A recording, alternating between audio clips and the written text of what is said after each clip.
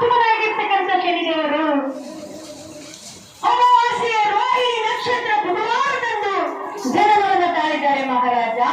ಈ ಪರಮಾತ್ಮ ನೋಡಲಿ ಯಾವ ರೀತಿ ಇದ್ದಾರೆ ಅಂದ್ರೆ ಅನೇಕ ಈ ಬುದ್ಧಿ ಬಾಲ ನೇತ್ರದಂತಹ ತಿಲಕವನ್ನು ಇಟ್ಟು ನೀಲಿ ವರ್ಣಗಳಿಂದ ಕೂಡಿ ನೀಲಮೋಗ ಚಾಮನಂತೆ ಕಂಗೊಳಿಸ್ತಾನೆ ಮಹಾರಾಜ. ಈ ಪರಮಾತ್ಮನಾಗಿರ್ತಕ್ಕಂಥ ಶನಿದೇವರನ್ನ ನೋಡಿದರೆ ಹರಿಯರ ಬ್ರಹ್ಮಾದಿಗಳೇ ಘಡ ಘಡನ ನಡುವರು ಮಹಾರಾಜ. ಅಷ್ಟೇ ಅಲ್ಲದೆ ಗರುಡ, ಗಂಧರ್ವ, ಯಕ್ಷ, ಕಿನ್ನರ, ತ್ರಿಪುರುಷಾದಿ ದೇವತೆಗಳೇ ಈ ಪರಮಾತ್ಮನ ಮಹಿಮೆಯನ್ನು ಕೇಳಿದ ಮಾತ್ರದಲ್ಲಿ ಹೆದರಿ ಹೆದರಿ ಬೆದರಿಸುವರು ಮಹಾರಾಜ. ಅಷ್ಟೇ ಅಲ್ಲದೆ ನಾನು ನಾನು ನನ್ನದು ನನ್ನದೆಲ್ಲ ಮಹಂಕಾರದಲ್ಲಿ ಮೆರೆಯುವರು. ಅವರನ್ನ ಧೂಳಿಪಟವನ್ನಾಗಿ ಮಾಡಬಲ್ಲ ಗ್ರಹವೆಂದರೆ ಈ ಶನಿದೇವರು ಮಹಾರಾಜ. ಯಾರು ಸತ್ಯವಾಗಿ ನಡೆಯುವರು, ಧರ್ಮವಾಗಿ ಹೋಗುವರು, ನಾಳೆ ಮಹಂಕಾರವನ್ನು ಅವರು ಎಂತಹ ಕಷ್ಟದಲ್ಲಿ ಸಿಲುಕಿದ್ದರೂ ಅವರ ಕಷ್ಟವನ್ನು ಕ್ಷಣ ಮಾತ್ರದಲ್ಲಿ ದೂರ ಮಾಡಿ ಅವರಿಗೆ ಭಕ್ತಿ ಇಲ್ಲದ ರೀತಿಯಲ್ಲಿ ಭಾಗ್ಯವನ್ನು ಕೊಟ್ಟು ಕಾಪಾಡುತ್ತಾರೆ ಮಹಾರಾಜ. ಅಷ್ಟೇ ಅಲ್ಲದೆ ಈ ಪರಮಾತ್ಮನಾಗಿರ್ತಕ್ಕಂಥ ಶನಿದೇವರು ತನಗೆ ಜನ್ಮ ನೀಡಿದ ತಂದೆಗೆ ಕುಷ್ಠ ರೋಗವನ್ನು ಕೊಟ್ಟಿರುವವರಾಗಿದ್ದಾರೆ ಮಹಾರಾಜ. ಅಷ್ಟೇ ಅಲ್ಲದೆ ಈ ಭಗವಂತನಾದ ಶನಿದೇವರು ಬಡ ಬ್ರಾಹ್ಮಣನ ನೀಡಿದು ಕಾಡಿದವರಾಗಿರ್ತಾರೆ ಮಹಾರಾಜ. ಈ ಭಗವಂತನನ್ನ ಯಾರು ಕನಕಾಂಬರ, ನೀಲಾಂಬರ, ಬನ್ನಿ ಪತ್ರೆ, ತುಳಸಿ ಪತ್ರೆ, ಬಿಲ್ಲ ಪತ್ರೆಗಳಿಂದ ಈ ಭಗವಂತನನ್ನ ಭಯಭಕ್ತಿಯಿಂದ ಯಾರು ಅರ್ಪಿಸುವರೋ ಅವರಿಗೆ ಏನೇ ಕಷ್ಟಗಳಿದ್ರೂ ಕ್ಷಣ ಮಾತ್ರ ದೂರ ಮಾಡಿ ಅವರ ಇಷ್ಟಾರ್ಥವನ್ನು ಸಿದ್ಧಿಸ್ತಾನೆ ಮಹಾರಾಜ. ಯಾರು ಈ ಪರಮಾತ್ಮನ ಧ್ಯಾನದಲ್ಲಿ ಕಪ್ಪು ಎಳ್ಳನ್ನಿಟ್ಟು ಕಪ್ಪು ವಸ್ತ್ರದಿಂದ ಕಲಶವನ್ನು ನಮಸ್ಕಾರ ಮಾಡಿ ಭಯಭಕ್ತಿಯಿಂದ ಪೂಜಿಸುವರು ಅವರಿಗೆ ಸಕಲ ಐಶ್ವರ್ಯವನ್ನು ಕೊಟ್ಟು ಕಾಪಾಡ್ತಾನೆ ಮಹಾರಾಜನಾಗಿ.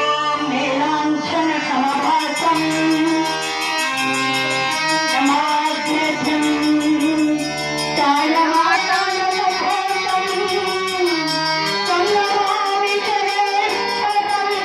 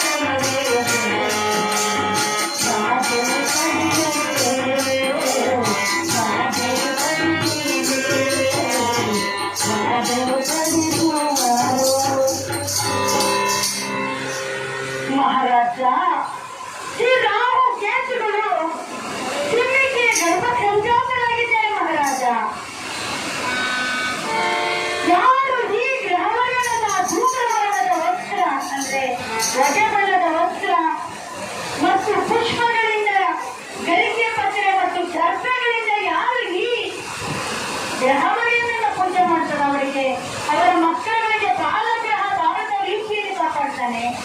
ಅಷ್ಟೇ ಅಲ್ಲದೆ ಅವರಿಗೆ ಅತ್ಯೈಶ್ವರ್ಯವನ್ನು ಕೊಡ್ತಾನೆ.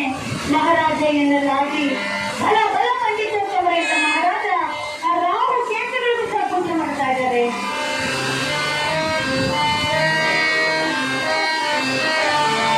ಪುಷ್ಪ ಸಂಕಾಶಂ ಕಾಶತೇಜಂ ಮಹಾತ್ಮಂ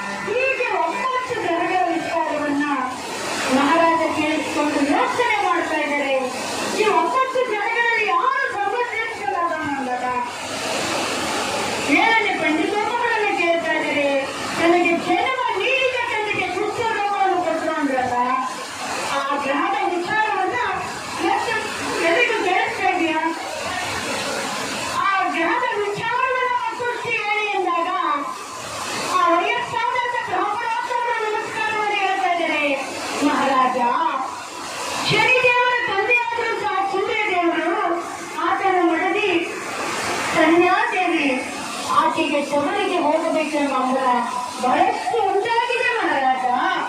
ಆದರೆ ಸೂರ್ಯದೇವರು ಎಷ್ಟು ಗಟ್ಟಿಯಾಗಿ ಕೇಳಿದ್ರು ಆಕೆಯನ್ನು ಶಬರಿಗೆ ಕಳಿಸಲ್ಲ.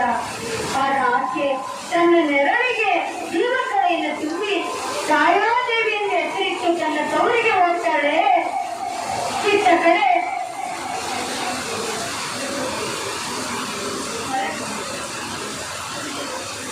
ಇತ್ತ ಕಡೆ ಸೂರ್ಯ ದೇವರ ಒಲಮೆಗೆ ಪಾತ್ರರಾಗಿ ಛಾಯಾದೇವಿ ಸೂರ್ಯದೇವಿಗೆ ಗೊತ್ತಾಗದ ರೀತಿಯಲ್ಲಿ ಮಾತಾಡ್ತಾಳೆ.